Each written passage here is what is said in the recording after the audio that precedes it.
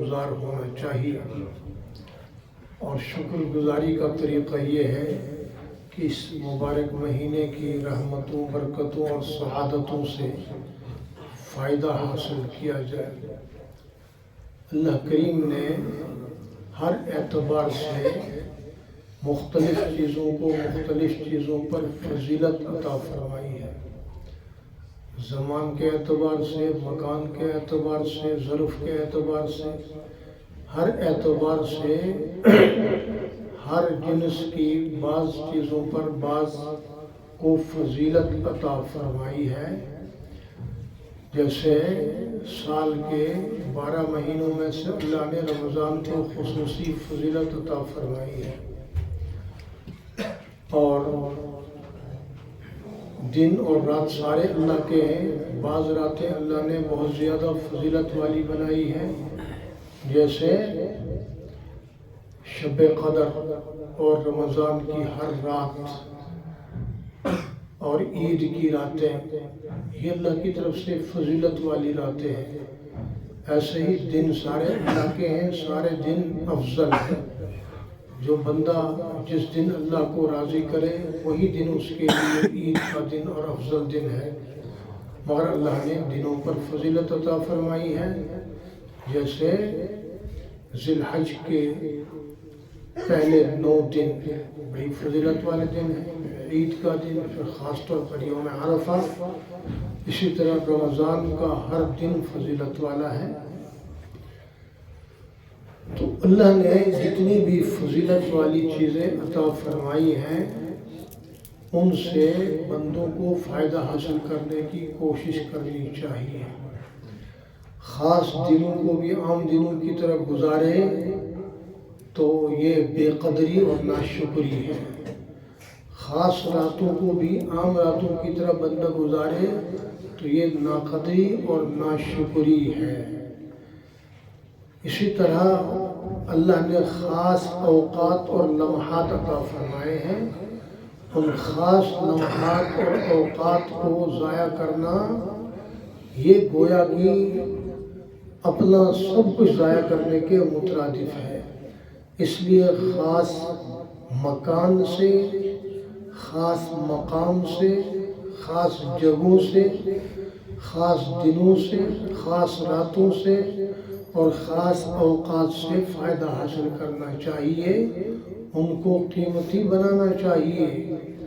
جیسے اللہ کریم نے خود قرآن پاک میں فرمایا کہ قرآن کو قدر والی رات میں نازل فرمایا، اور قدر والی رات اجر و ثواب اور نیکی کے اعتبار سے 1000 مہینوں سے زیادہ افضل اور بہتر ہے۔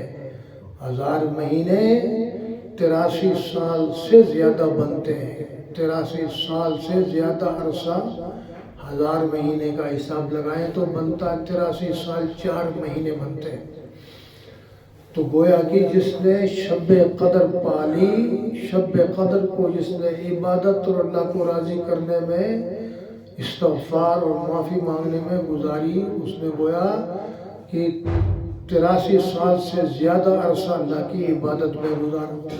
تو کون ایسا شخص ہے جو اتنا لمبا پیریڈ خالص اللہ کی عبادت اور ذکر و اذکار اور تلاوت میں گزارے؟ ایسا کوئی نہیں کر سکتا۔ تو شب قدر کی ایک رات پانے کی کوشش کرے۔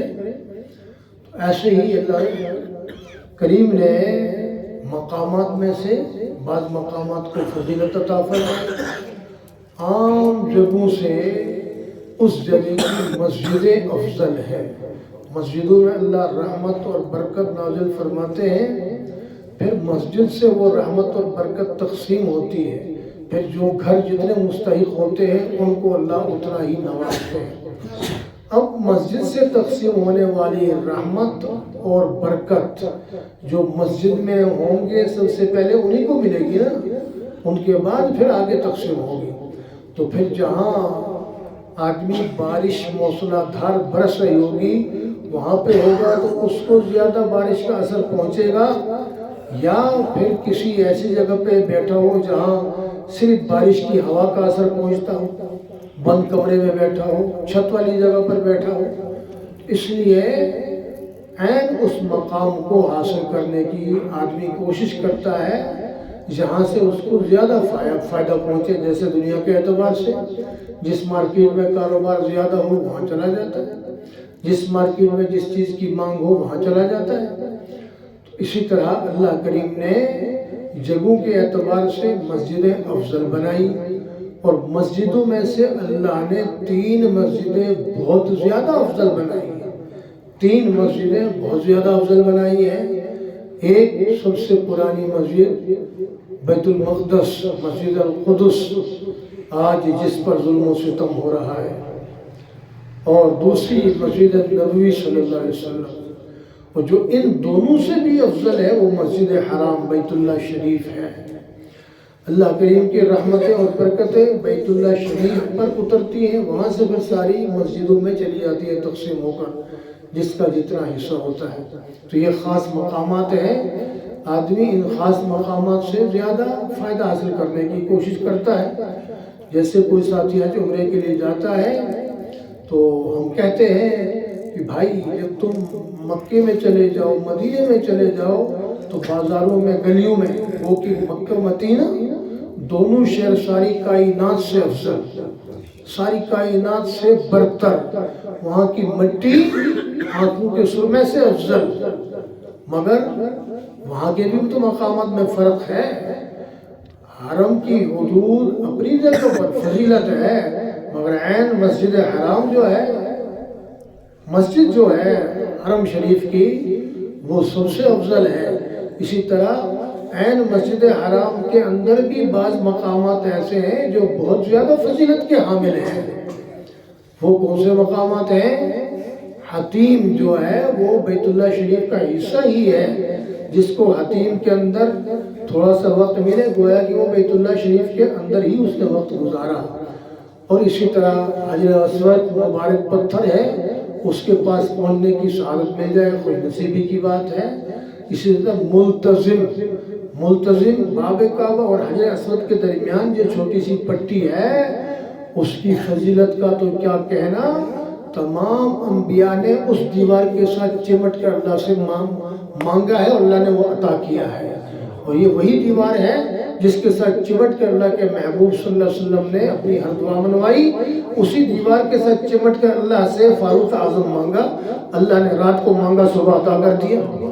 اس لیے فرمایا کہ جب بھی جاؤ بیت اللہ شریف میں تو ملتزم کے ساتھ چمٹ کر دعا مانگنے کی کوشش کرو، اور ملتزم پر جب پہنچو تو رو کر گڑ گڑا کر دعا مانگو. اس طرح جیسے بھوکا بچہ ماں کے ساتھ چمٹتا ہے، ایسے ملتزم کے ساتھ چمٹو. یہ مثال کے طور پر بات بتا رہا ہوں کہ اصل مقصد کی طرف آنے کے لیے. تو رمضان کا پورا مہینہ افضل اور برکت والا، جیسے پورا حرم، پورا مدینہ رحمت والا، برکت والا، افضل ہے. تو رمضان کی کوئی گھڑی بھی غلط کاموں میں، بے راہ روی میں نہیں گزارنی چاہیے. یہ اللہ کی نافرمانی ہوگی، یہ اس کی ناقدری ہوگی.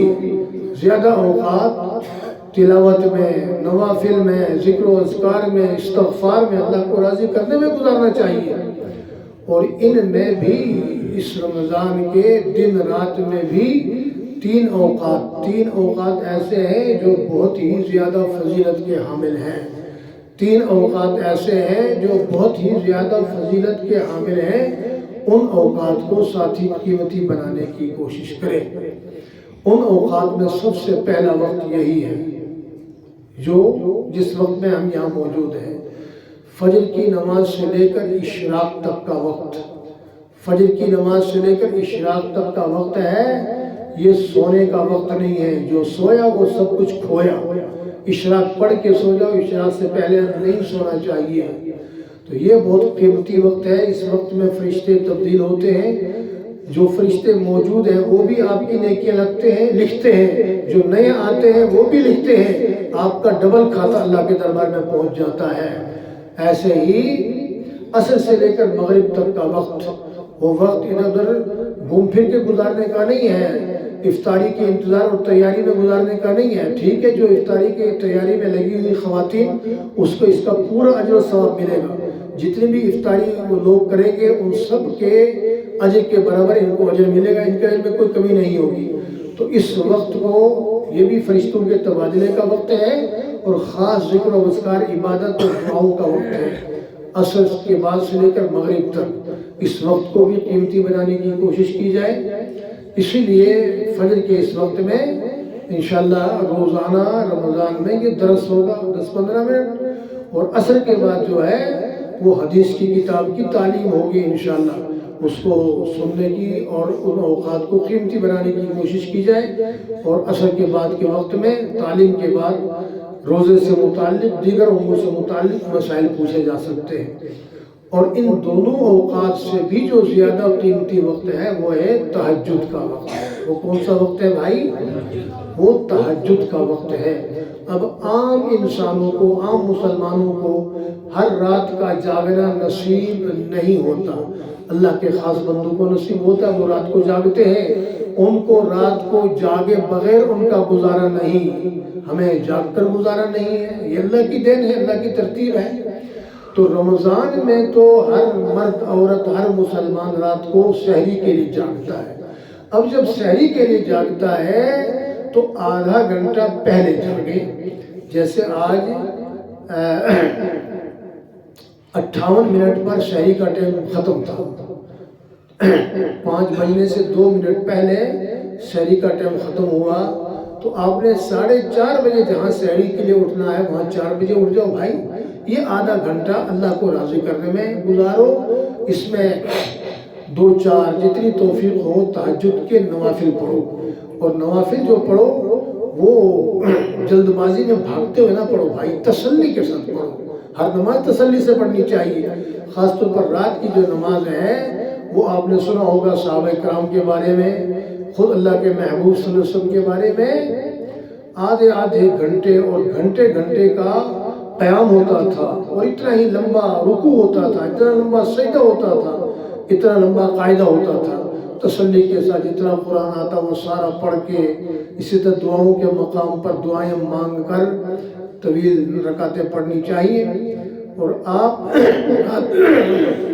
رات کی ہو یا دن کی ہو، نوافل میں 2 رکعت نفل میں آپ کئی نیتیں کر سکتے ہیں۔ توبہ کی نیت کر لی، صلاۃ توبہ ہو گئی، حاجت کی نیت کر لی، صلاۃ الحاجت ہو گئی، تحیت الوضو کی نیت کر لی، وضو کے بعد کی نوافل کا ثواب بھی مل گیا، اور تحیت المسجد کی نیت کر لی، اگر مسجد میں پڑھ لی تو مسجد کے آنے کا بھی ثواب مل گیا، اور اسی طرح 5ویں نیت صلاۃ توبہ کی کر لی کہ اپنے گناہوں کی معافی اللہ سے مانگنے کے لیے، تو اس کے بعد پھر آدمی توبہ کر کے اللہ سے معافی مانگے۔ تو آپ 2 رکعت نماز 5 نیتوں کے ساتھ پڑھ سکتے ہیں۔ بس ہمارے مانگنے اور رجوع کرنے میں کمی ہے، اللہ کے دینے میں کوئی کمی نہیں ہے۔ تو پھر 2 رکعت 4 رکعت 8 رکعت 10 رکعت پڑھ کر جتنا وقت آدمی ملے، پھر آدمی استغفار کرے، اللہ سے معافی مانگے، پھر دعائیں مانگے۔ اور رمضان شریف میں خاص طور پر درود شریف کی، استغفار کی اور کلمے کی کثرت کی جائے۔ اللہ کریم سمجھنے عمل کرنے کی توفیق عطا فرمائے۔ وآخر دعوانا الحمدللہ رب العالمین۔